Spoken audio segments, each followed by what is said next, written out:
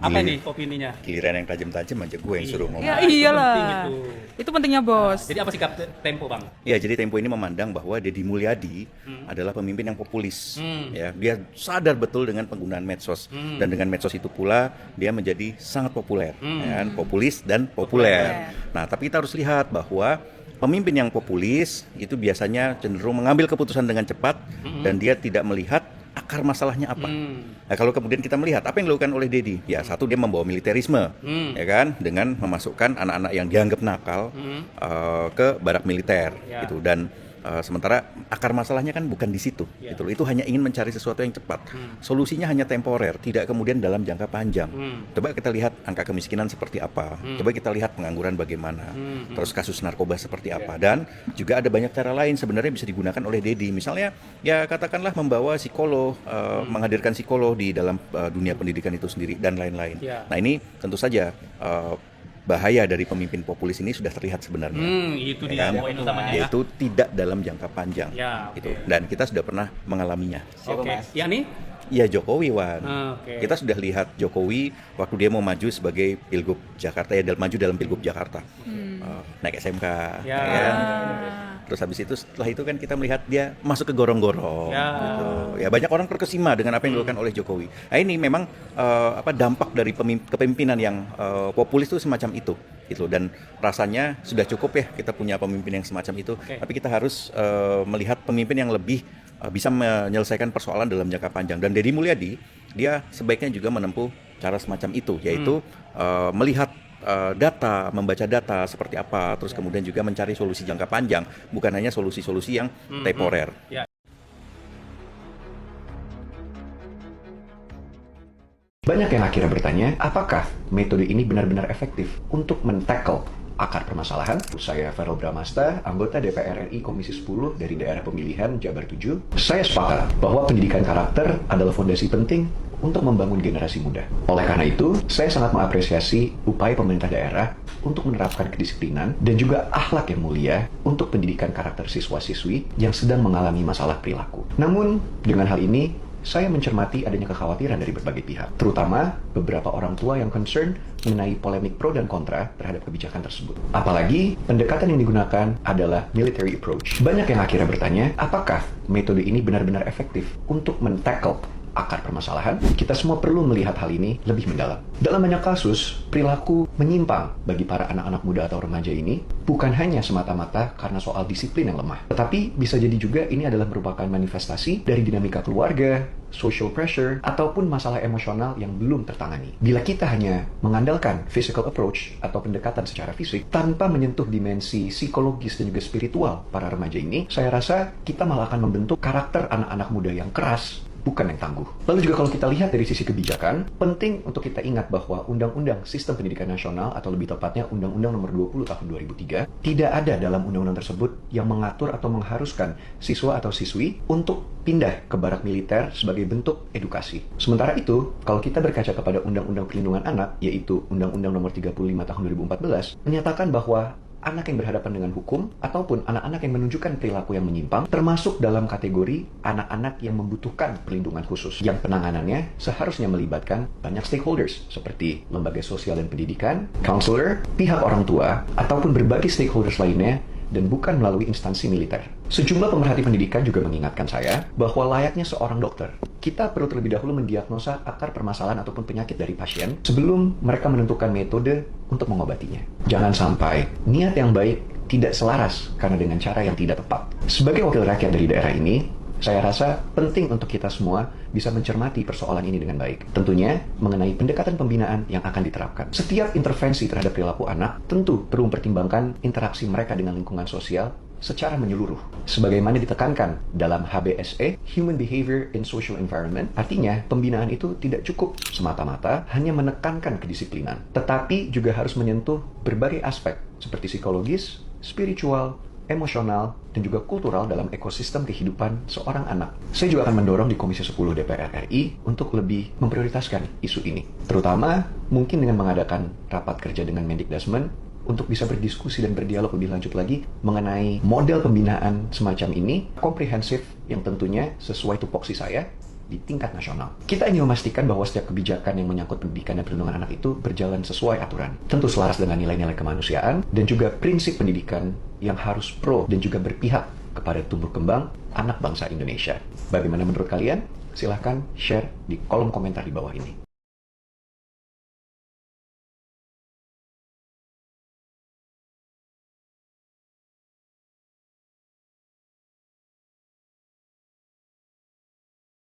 Beda sama gua.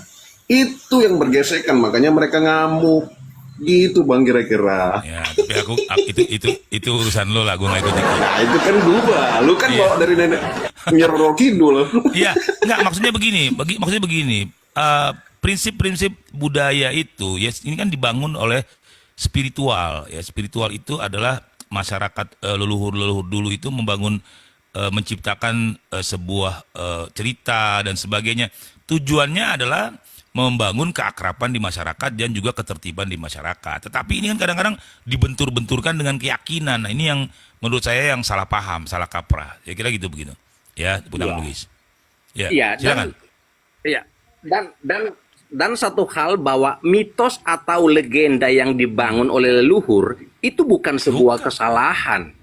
Tetapi itu bagian dari bagaimana dengan keterbatasan intelektualitas modern mereka memberi pemahaman kepada masyarakat atau anak-anaknya untuk bagaimana merubah pola perilaku sehingga tetap santun. Jadi kita nggak bisa bilang bahwa kalau kita bicara percaya legenda atau mitos itu salah, itu ini nggak bisa. Kita harus berdiri pada posisi dengan kacamata yang netral. Tidak bisa kita gunakan kacamata lain untuk menilai sisi orang terlepas dari kacamatanya sendiri. Itu Bang ya. Makasih Betul. Bang. Jadi Lanjut. poin-poinnya ya. Jadi yang harus dipahami bahwa akar budaya leluhur itu tidak pernah berbenturan dengan keyakinan-keyakinan itu. Jadi itu salah paham. Jadi di sini yang kadang-kadang suka dibenturkan. Tetapi tradisi, kebiasaan leluhur membangun narasi itu tujuannya adalah bagaimana masyarakat bisa arif ya, bijaksana. Jadi bicaranya soal kearifan lokal, baik buruk menurut kearifan lokal. Nah, cara spiritualitas zaman nenek moyang kita dulu, leluhur-leluhur kita membangunnya dengan mitos-mitos, dengan tradisi-tradisi. Jadi jangan dibenturkan dengan keyakinan. Nah, ini yang selalu dimainkan oleh para kelompok-kelompok yang radikal gitu, seolah-olah ini bertentangan dengan keyakinan. Nggak ada sama Ya sekali. betul Bang, boleh ditanggapi. Sebenarnya gini Bang ya, Silakan, kalau silakan. menurut saya nih ya, Ya, silakan. tentang akidah atau agama atau keyakinan dibenturkan dengan budaya sangat salah sekali. Karena kenapa? Sesuatu bangsa yang menghilangkan budayanya akan hilang arah dan tujuan dan jati dirinya menurut saya. Ciri khasnya beda. Ciri khasnya. Satu itu, kenapa kita tidak boleh membudayakan budaya orang tua kita, nenek moyang kita, padahal ajarannya baik betul dalam agama maupun dalam keseharian. Contoh misalkan Bang, ini sepelenya saja, bikin pintu rumah. Kenapa orang dulu bikin pintu rumah kok pendek, nggak setinggi sekarang? Iya. Agar kita, orang-orang Sunda khususnya, masuk ke rumah orang tuh kena lewun, bungkuk lah, bahasanya permisi. Itu kan ciri khas, maksudnya mengajarkan kita supaya selalu sopan. Bukan karena nggak bisa bangun pintu tinggi, kan gitu. Betul. Nah itu udah hilang di budaya Sunda. Nah sama KDM dibangunkan lagi agar anak kecil itu kalau lewat lah bahasa orang Sunda mah kudu bisa punten gitu kan. Kalau nuwun kan ngeselengit di Jawa Barat Kang. Betul. Kan gitu udah hilang lah istilahnya, udah nggak ada sama sekali. Nah itu dibangunkan lagi. Sekarang dengan agama berbenturannya masa kesamaannya apa? Di agama kan juga diajarkan harus sopan santun, adabnya harus bagus, akhlaknya harus bagus. Nah selama ini yang saya rasakan sekarang udah menginduk kepada ajaran, bukan kita tidak membenturkan dengan akidah atau agama ya, atau Betul. keyakinan. Agama apapun, keyakinan apapun mengajarkan baik. Cuman sekarang orang banyak ditarik-tarik seakan paling agamais, seakan paling soleh, seakan yang paling istilahnya paling ngerti agama, yang lain salah. Betul. Padahal budaya ini mengajarkan, nenek moyang dulu kan mengajarkan kita agar belajar. Betul. Supaya belajarnya tidak harus selalu ditegur. Mereka akan ngerti sendiri, kan gitu, dengan kesadaran diri sendiri.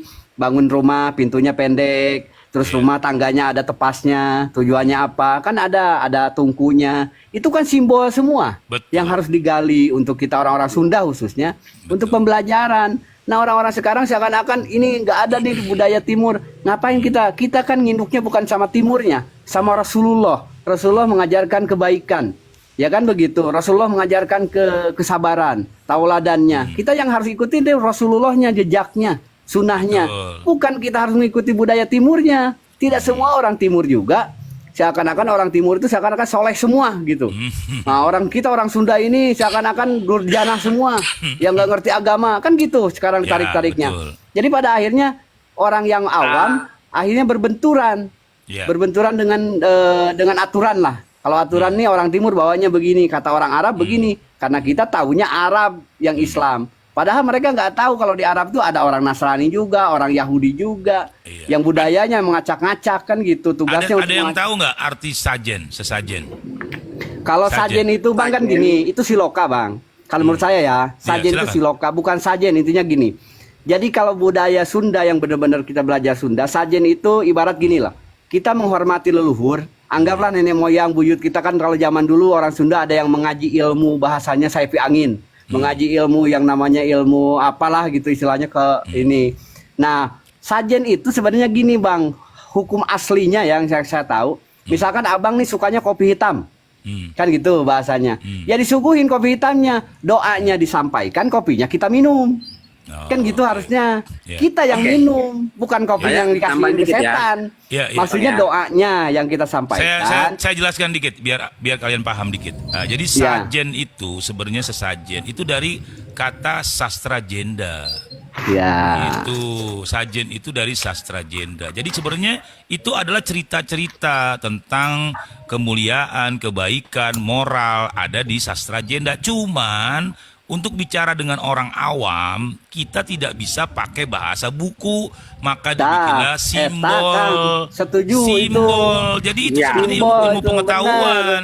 Ya. Maka Jadi kalau lain yang dimunculkanlah mendewakan simbol, sajen orang gitu. gelo bang. Tambahin ya, Bang, ya. Ya, silakan. Oke, yang tadi abang sampaikan benar, itu sajen demikian maknanya. Karena apa? Budaya Sunda itu lebih banyak menggunakan pola metafor. Dan sajen itu sebenarnya dia merupakan sebuah penghormatan, bukan persembahan yang tanpa arah, tidak. Tetapi sebuah penghormatan bagaimana mereka tetap menganggap bahwa yang pernah hidup, yang adalah leluhur mereka, itu Betul. tetap bersama dengan mereka. Betul. Di sini mereka bukan berbicara tentang memberikan persembahan tanpa mengetahui kemana, tidak. Seperti tadi abang yang tadi udah bilang bahwa ya itu kesukaan mereka, ya udah. Mereka memperingati bahwa walaupun secara fisik sudah tidak ada, tetapi secara metafisis mereka masih tetap bersama dengan kita. Artinya itu sebuah nilai moral Betul. yang tertanam dalam diri setiap anak Sunda. Jati Bahwa diri. apa?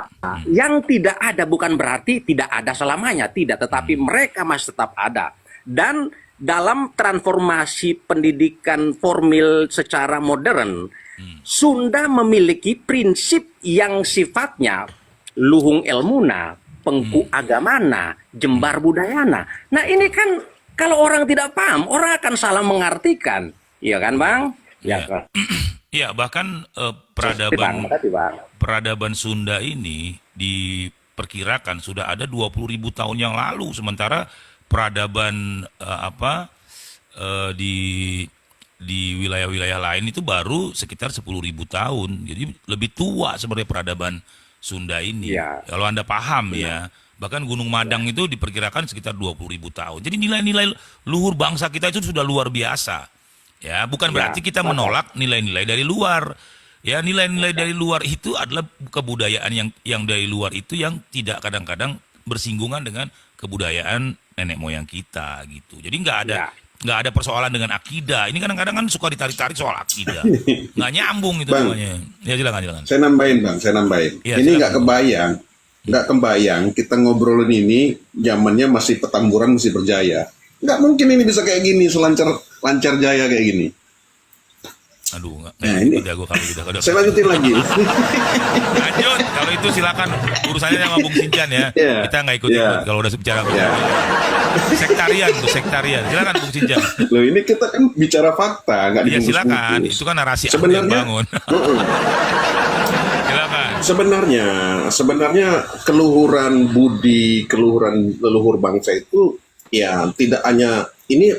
Untungnya ini karena KDM ini di Provinsi Jawa Barat ya, ada di daerah kayak di daerah di mana Toraja itu budayanya sangat kuat sekali.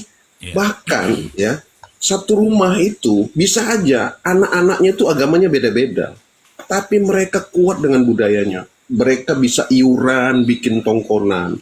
Saat orang tuanya meninggal, mereka iuran untuk memakamkan. Kalau di Toraja itu pemakaman itu udah lebih dari pesta pernikahan, namanya Rambu Solo itu, Bang. Motong kerbau itu bisa harganya 1 miliar itu.